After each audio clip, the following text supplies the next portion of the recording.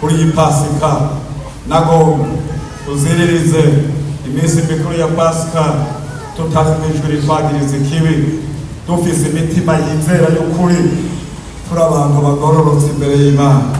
Wongere wumve akantu muri wewe, wongere wumve akantu muri wewe ati jewe ndi umukristo, naho igihugu cose cantwenga ndi umukristo. Tugomba kurangiza ngo dusengere ababende data. Hariho bende data bandi bavuze ngo iyo tugomba gusengera bihanye ngo nabo nyene tube tubabariraho bapfukame. Wa mwanya urageze, abariko baraba Facebook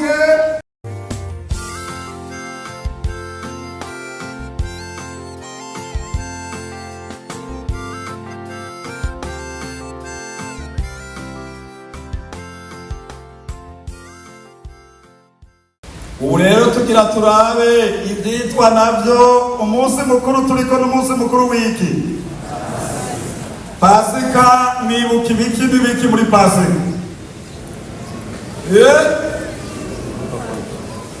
Kugira gute?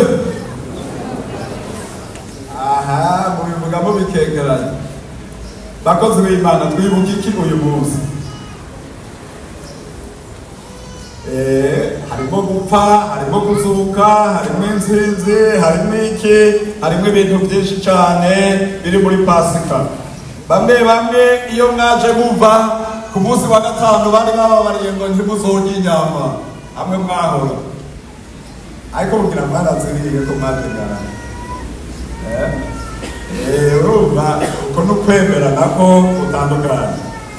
Dusome ijambo ry'Imana rero. Ijambo ry'Imana riri mu cete ca mbere Pawulo yandikiye ishengero ry'Ikorinto mu gice ca 5,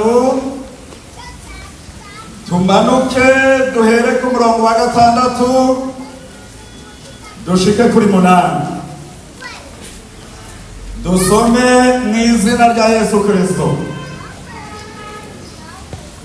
Ni Pawulo avugana n'Abikorinto. Muri iki gice ca 5 havugwamo ibintu byinshi, ariko twebwe tugomba tuvuge agace ko kuva kuri 6 kugeza kuri 8. Kwirata kwanyu si kwiza. Ntimuzi yuko umwambiro muke wambira irobe ryose? Nuko nimukureho umwambiro wa kera kugira ngo mube irobe risha, nk'uko mutari mu mwambiro kubw'umwagazi w'intama wa Pasika wacu watanzwe kw'ikimazi, ari wende Kristo. Nuko tuziririza iminsi mikuru tudafise umwambiro wa kera canke umwambiro w'urwango n'ikibi, ariko tugira imitima itamiwe y'imitima ikeye n'ukuri. Amena. Tugomba tuvugane kuri iri jambo. Hano tubonyemwo amajambo nk'abiri kuvuga canke 3. Umwagazi w'intama wa Pasika, hanyuma umwambiro wa kera, hanyuma umwambiro w'urwango n'ikibi, n'imitima itambiwe y'imitima ikeye. Ibyo n'amajambo amwe wotoragura muri ico gisomwa, ariko tugomba tubanze tuvuge kuri iri jambo Pasika. Mu gice ca 12 cyo kuvayo turabona ingene Imana yabariye Mose gutanguza Pasika, ababarira yuko bategerezwa kugenda mu busho bwabo mu ntama canke mu mpene, bagakuramo umwagazi w'intama canke w'impene, babategeka ko bawubaga bakawusangira inzu ku nzu, bagaca babarirwa ngo inzu izoba irimwo inkewa baze bakoraniye hamwe n'iyindi nzu baje hamwe basangire uwo mwagazi wa Pasika kugira ngo babirye babiheze ntagire ikirara. Hanyuma bari baronse irindi tegeko, muzobisoma muri ico gice ca 12 co Kuvayo. Itegeko ryavuga ngo amaraso y'uwo mwagazi arafise igikorwa muzoyakoresha, muze muyasige ku bishimaryango vy'inzugi zanyu. Ati kuko hari ico Uhoraho agiye gukora muri iki gihugu. Uhoraho agiye kubakura muri iki gihugu, ariko hakozwe igitangaza. Abana b'imfura, ibintu byose by'imfura uhereye mu gihugu cose bizopfa. Hariho umuranduzi azokwinjira muri iki gihugu, kandi ibyo bintu azobikora ijoro rimwe gusa. Rero muko muzorya uwo mwagazi w'intama muze mubirye mukenyeye, kandi inyuma y'ivyo niko ndababarira muzoca muhaguruka muve muri iki gihugu mugende mu gihugu c'Imana y'abasezerano. Mose araza arabibabarira, bagize isekeza ryo kurondera imyagazi y'intama. Umuntu wese kurondera intama, uwibuze kurondera impene, barabirondera. Mugabo itegeko, umwagazi w'intama utagira iki, utagira agasembe. Kuko igifise agasembwa ntigishobora gutabara ikindi c'agasembe. Umwagazi w'intama utagira agasembe, umwagazi w'impene utagira agasembe. Si impene icitse ihembe, si intama icitse ihembe, si intama yavunitse igenda iracecemera. Oya, ifise ibikwiye vyose. Iyo niyo muzokerera. Ntimuze muziteke, muze muzirye zitaze, murye byose ntihagire igisigara. Ryari itegeko ry'Imana. Ayo maraso rero muyasige ku bishimaryango. Hanyuma rero muzokumva induru, muzokumva ibibazo, muzokumva iki. Umuntu wese yinjire mu nzu yiwe ahabereye uwo mwagazi. Ayo maraso rero aho umumarayika muranduzi azoyabona azobarengana. Cari ikimenyetso gikomeye c'Imana. Ayo maraso ahazoboneka hose, uwo mumarayika yakubitako amaso agaca arengana. Induru ikaguma ivuga, abantu bariko barapfa, hapfuye abantu, hapfuye ibitungwa, induru iravuga kugeza no kwa Farawo. Ico ni ikimenyetso kimwe Mose yari yarahawe. Ariko mu gice ca 16 c'Abalewi, muri iriya 5 nangumanuke gusuka hariya epfo, sinza kwirirwa ndasoma, naho Abalewi bari babariwe ngo barondere umwagazi w'intama canke w'impene, barondere impene zibiri, bazirondere, bazizana imbere y'abaherezi. Abaherezi bafinde ubufindo bumwe bwerekane iyikeregwa kw'ikimazi, kugira ngo amaraso yayo aje gucucagirwa ku gicaniro, kandi berekane n'iyindi yo gusenderwa mu bugaragwa. Musomye hariya murabona gusendwa n'ijambo ryanditswe ngo azaze, risobanurwa ngo gutakabi. Umviriza hariya muri ico gitabo c'Abalewi haranditswe ko imbere yuko uwo muherezi iyo iyerekamwe n'ubufindo yarakeregwa, amaraso yayo akajanwa ku gicaniro, igatangwa kw'ikimazi co guturirwa canke co koza. Ariko iyo yindi mpene ikomeye, umuherezi yayirambika ku biganza, hanyuma Abisirayeli bose bakagenda bakagorora ibiganza byabo bakatura ibyo bakoze ni ukuvuga ngo babirembeke ya mpene ikomeye igende yikoreye ibyaha ibigiye kubita mu bugaragwa hariya kure, bagaca bayirungikana umuntu agenda yishoreye agaca yita mu bugaragwa akayirekera iyo, yombi izoribwa n'intambwe, yombi izosangukira iyo, kandi avuyeyo yarinda kwiyoga no kumesura impuzu zabo. Gutakabi ibyo byari ikimenyetso, ibyo byakorwa ku munsi mukuru w'impongano, aho abantu bibuka ingene ibyaha byabo byahongerwa imbere y'Imana. Namye niyumvira kuri aya majambo, turavye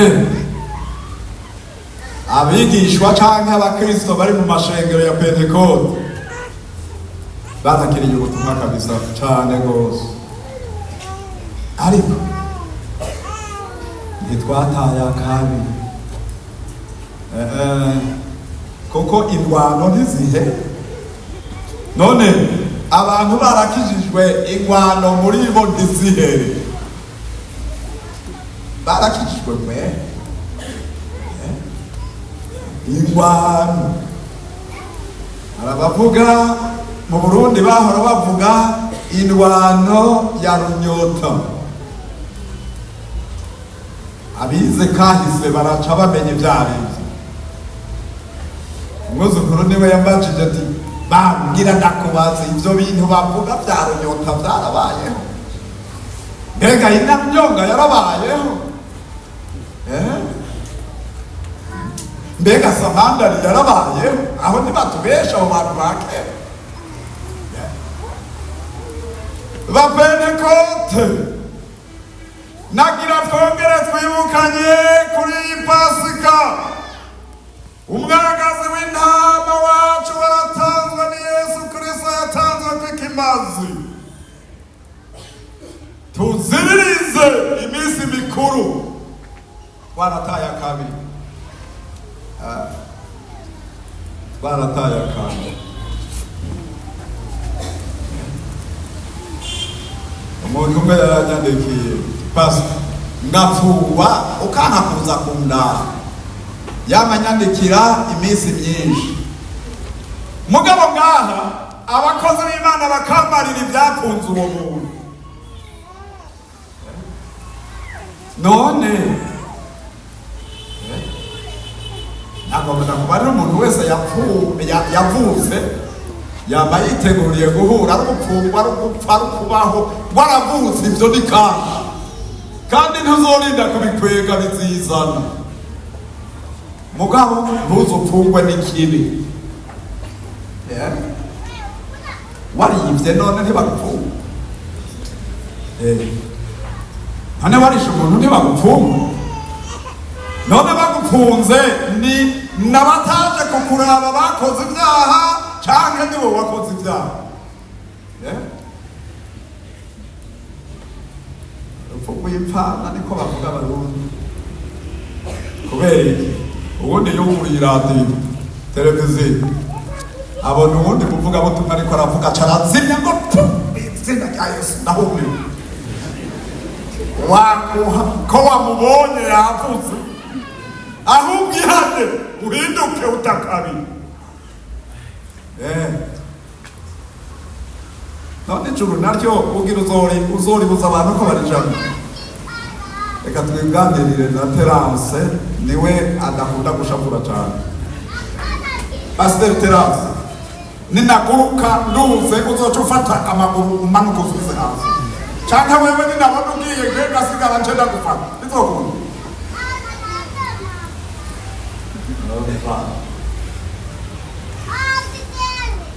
Tuziririze iminsi mikuru ya Pasika tudafise umwambiro w'urwanko n'inzigo, ariko dufise imitima ikeye. Pilato yicaye ku ntebe y'imanza, Imana irazi gukora neza. Imana ikiravugisha muka Pilato mw'ijoro iramwihishurira iramwereka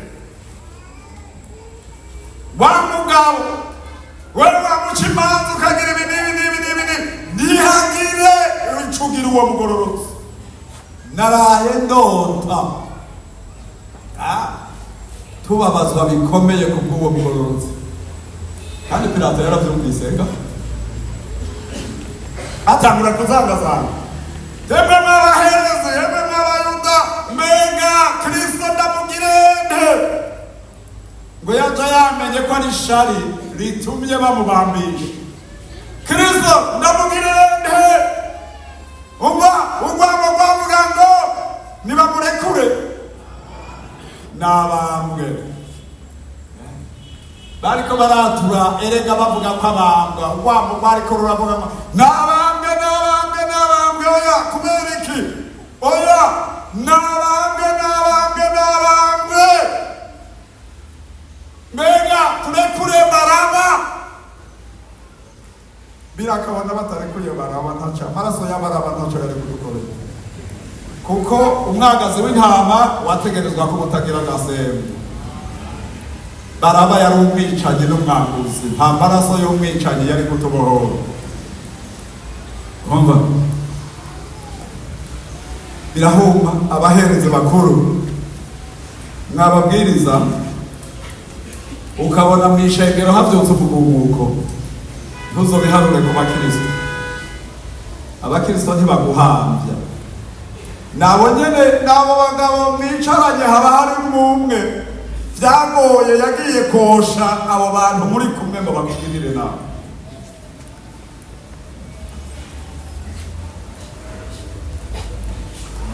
Ugira mwebwe naho bamwe muvuga iby'inama z'abapasitori, mwebwe none muraza mu nama yacu, n'abarozi baba bavuye ino bakaja kubaroga. Aha nta barimwo, hege nawe ko harimo umurozi, nta n'umwe arimo nawe. Aba n'abantu b'Imana, aba ntibaroga. Ariko ngira ndababaze, none mwebwe muhora muza mu nama yacu? None biriya bintu byo mu nama yacu mubivuga mwabikuye hehe?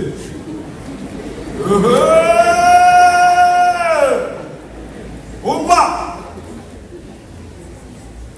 nuko rero tuziririze iminsi mikuru ya Pasika tudafise umwambiro w'urwango n'ikibi, ariko dufise imitima ikeye by'ukuri.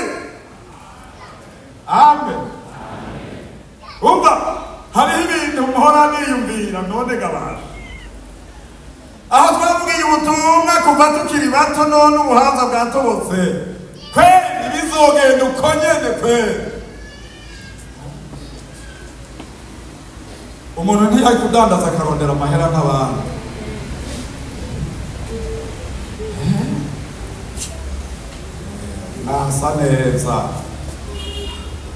Mwasa neza hamwe Yesu abambise amakanzu yera, muriko muratera ikirere muja mw'ijuru, musa neza kabisa, umuntu abireba.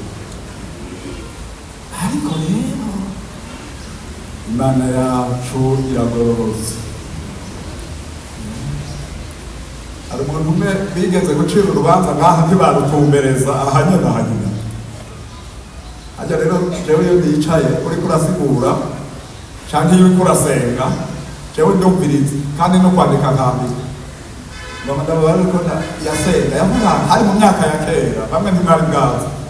Ngwewe Mana nyakubahwa, wewe uri Imana itarenganya, wewe ntujugwa nkunzi, wewe ntugira ngo yabisengera hanyana haturaha. Hanyuma ndabaza umurongozi wanje, ariko uriya muntu arafise ikintu kimugonda, ariko naho jewe ntakizi. Nawe yari afise ingabire yo kwitonda bukebuke.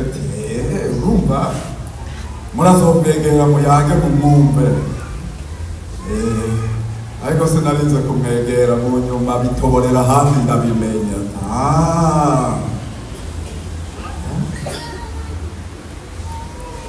Aha harabaye ikibazo ngaha. Hari abantu b'abashitsi bari baje ngaha, twari kumwe ngaha. Umupasitori umwe arambarira ati, mwungere uyu muntu ntaze ku ruhimbi kuko iyo tuva yaracumuye.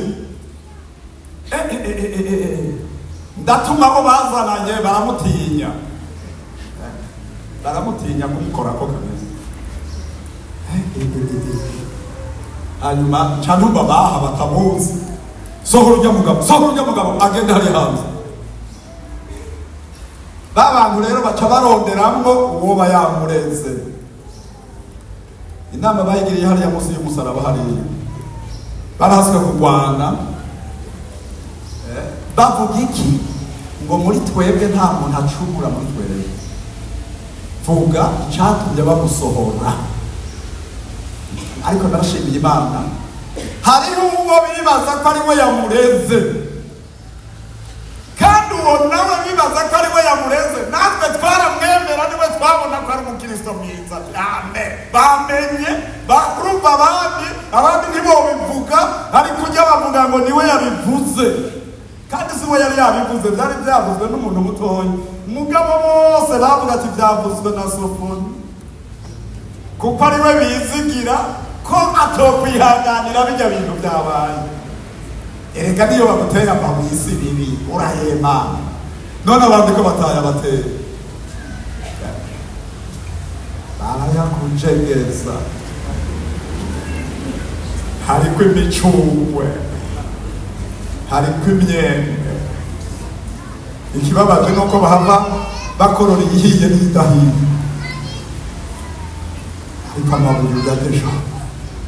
Umva, ahantu rero nagomba kuri iyi Pasika tuvugane aya majambo, kandi ahantera mpezaga aho mwumviye ubutumwa si vuba, ntawoheza byose. Abaheburayo 10:19 haravuga ngo, nuko bene data ko turi n'ubushizi bw'ubwoba bwo gushikanwa hera cane n'amaraso ya Yesu, duciye mu nzira yadutoresha iri n'ubugingo, ica mu gihuzu gikinze, bisobanurwa ngo mu mubiri wiwe, kandi ko dufise umuherezi akomeye aganza urugo rw'Imana. Twegereze dufise imitima y'ukuri, twizeye atamazinda, imitima yacu yugicucagiwe ngo ivanwemo ibitwagiriza bibi, imibiri yacu yuhagijwe amazi meza. Tugumye ukwatura ivyizigiro vyacu nikunyiganyige, kuko uwasezeranye ari uwo kwizerwa. Kandi twiyumvirane ko kugira ngo turwane ishaka ryo gukundana n'iry'ibikorwa vyiza, twoye guheba gukoranira hamwe uko bamwe bagira, ariko duhanurane. Kandi uko mubonye wa munsi wegereza, murushinze kugenza mutyo. Umviriza bene data, turafise umuherezi mukuru aganza urugo rw'Imana, ni Yesu. Niwe yabaye ikimazi, samaraso y'imhede, samaraso y'intama. Oya, uwundi muririmbyi yuzuye mpemwe araririmba, aravuga ngo, amaraso yose y'intama n'impene, y'ibimazi by'Abayuda ntaco atumarira. Yesu wamwagaze w'intama w'Imana, niwe wenyene ashobora kudukiza ivyaha. Haleluya. Kumviriza, turafise umuherezi mukuru aganza urugo rw'Imana, yaradutoreye inzira tuzocamwo, ariko dufise imitima icucagiwe, dufise umutima yejejwe, twuhagijwe amazi meza. Haleluya. Umviriza rero, kuri Pasika si ukurya. Twebwe aha mu burengero, imbono mu mirwa, muri Pasika bararya n'inyama bakarya, ariko ndakwifurije kugira umutima ukeye, ndakwifurije kuziririza kwiyanduza ishari n'inzigo bikuru.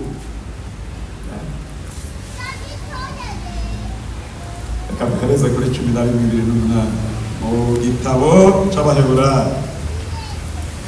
Nta handi dusoma havuga ngo ukwizera niko kwatumye ashinga Pasika no kumijagira amaraso kugira ngo uhonya imfura ntagire gute ntabakoreko. Mose igihe yarabariwe n'Imana gutanguza Pasika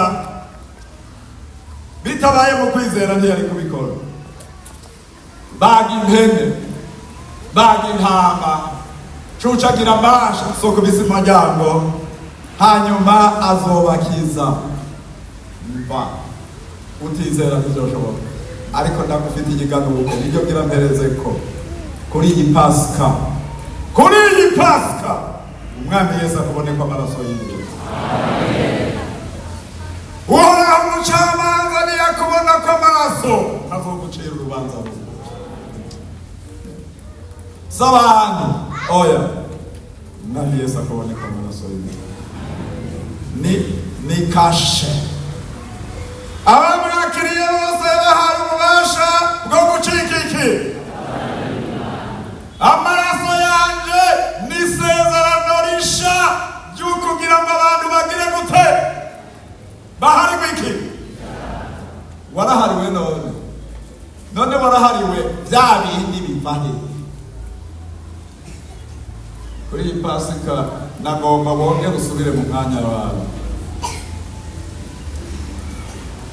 uje mwishengero ugumemwo gasanga uri muri ryo cyangwa umve. Ega hagati nta kibanza kiriho. Utegerezwa kuba umukristo cyangwa ukaba umupagani. Erega inzira ni zibiri, hariho abazoca mw'irembo ricufunganye n'abategerezwa guca mu nzira y'igihamo, harimo abazoja mu bugingo n'abazoja mu muriro. Ico kibanza kigira gatatu rondera nta kiriho, Bibiliya ntakivuga. Yesu turiko turibuka ko yapfuye akazuka, yatsinze urupfu n'ejo. Igihe yazuka hari ikibazo c'abana,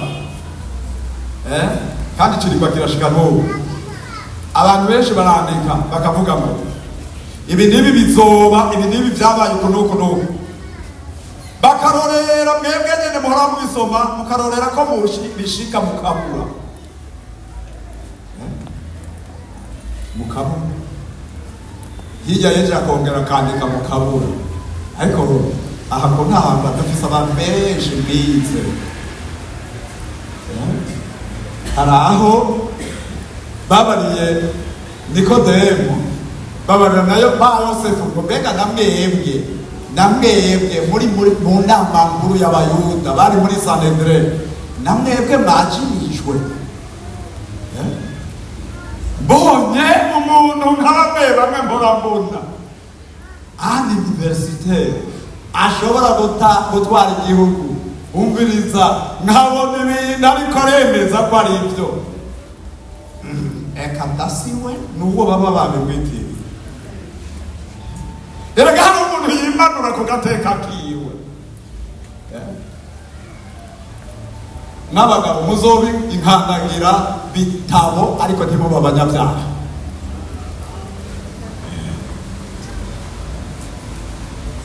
Nta muntu agowe n'uwamenye ukuri mugabo ntakugende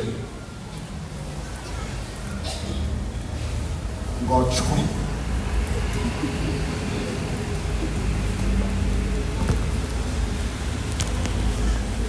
Bari tubiteze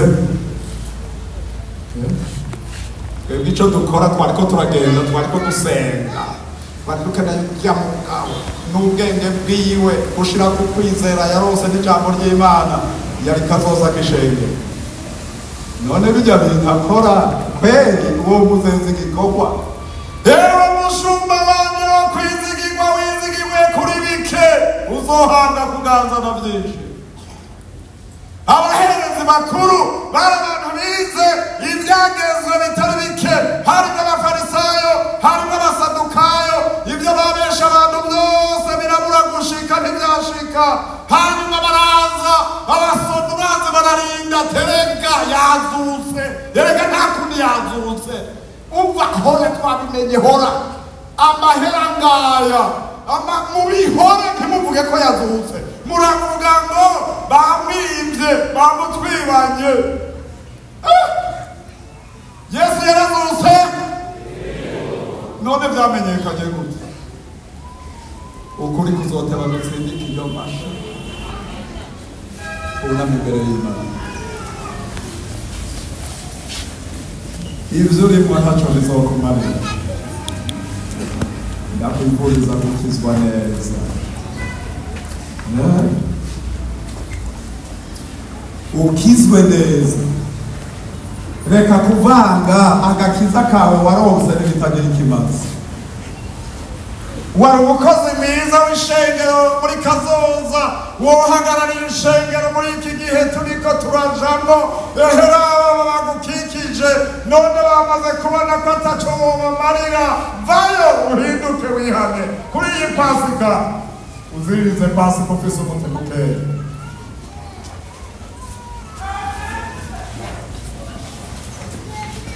umva jewe uko nahora niyumvira mu bwenge bugufiya navuga ati aho tugeze ntawoba kimukengera kuko tubitegereje twabona ko dufise kazoza k'ishengero none uri mu biki hindukira usubire mu murongo wawe hanyuma mpemu yera niyavuga ati ndatumande uzoca uvuga ati bari jewe utuma kuko ico cubahiro ntawe uciha ku nguvu shitagihawe nguko Aroni yasizwe amavuta reka urorere igihe c'Imana baze bagusiga amavuta irwana ntaco izogushikanako na buhoro kuri iyi pasika nagomba tuziririze iminsi mikuru ya pasika tutari mwijwi rivagiriza ikibi dufise imitima yizera y'ukuri turi abantu bagororotse imbere y'Imana wongere wumve akantu muri wewe ati jewe n'umukristo naho igihugu cose cantwenga n'umukristo tugomba kurangiza ngo dusengere ababene data hariho bene data bandi bavuze ngo iyo tugomba gusengera bihanye ngo nabo nyene tube tubabariraho bapfukame wa mwanya urageze abariko baraba Facebook abariko baraba radiyo ubutumwa bw'amahoro muri biriya bihugu vy'Iburaya mwatwandikiye na Amerika na Canada ni wa mwanya wo gusenga Imana abandi bariko barasenga bariko barababaza wewe watwumvise uri kure ntidushobora kugushikira huri ariko umwami Yesu Kristo agushikira aho nyene upfukamye akuganirize mu buryo bwawe bwa gipeke mu muganira Kristo Yesu hanyuma aho Imana iza guharira aba bari hano nawe biragushikira tugira dusengere aba bantu igituma ducishije mu iryo jambo baravuze ngo hageze umwanya wo gusenga tuzohore tubivuga ngo tugira dusenge turabifurije rero gupfukamaho muri tugira dusenge Imana nagomba dusenge Imana dusengere ababavukanye reka nsabe Pasteur Aster senge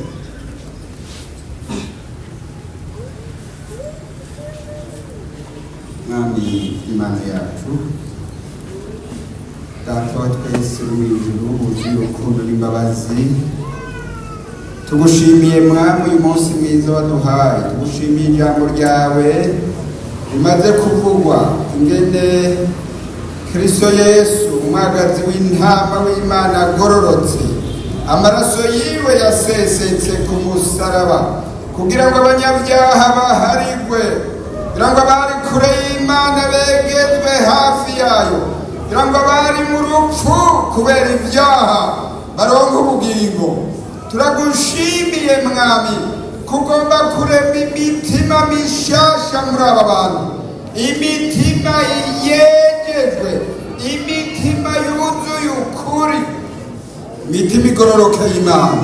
Amaraso ya Yesu Umwami, abantu bapfukamye imbere yawe nyakubahwa, bemeye ko ari abanyabyaha, bemeye ko ari abatsindwa imbere yawe, turasabye ngo ayo maraso amwe yasesetse ku musaraba yeze y'imitima ahumanura ubu bwoko, ibyiyumviro byabo, amajambo yabo, ibikorwa by'imfabusa biri muri bo bikurwaho mu izina rya Yesu Kristo. Urakoze kubababariye, urakoze kubeza, urakoze kubashinga neza, bashingwe neza mu ishengero ry'Imana. Ijwi ryabagiriza ikibi Imana kubw'amaraso ya Yesu rikurweho, imbabazi zawe zibe kuri. Urakoze kubababariye, urakoze ko amaraso ya Yesu abeza, urakoze kubashinga neza. Iyi Pasika Mwami baziriritse uyu munsi mukuru, bari mu mutima utabagiriza ikibi kubera bihanye imbere yawe. Urakoze kubyumvise kandi bababariye, kandi ko amaraso ya Yesu abejeje mu izina rya Yesu Kristo Umwami wacu, amen. tugira bakiriko barabafasha bamwe bamwe, abaraha dusengere abantu bafise imitwaro. Imitwaro si kurwara gusa, ushobora kuba urwaye, ushobora kuba ufise ibindi bikuruhije, ushobora kuba ufise n'umwumira mu mutima wumva ko usigaye uri mu bugaragwa. Umuntu wese ameze gutyo, abo mutwaro wiwe imbere y'Imana haguruke, natwe tubashire mu maboko y'Imana, Imana ibatabare. Reka nsabe Pasiteri Claude kubahane ku ruyange, abashire mu maboko y'Imana.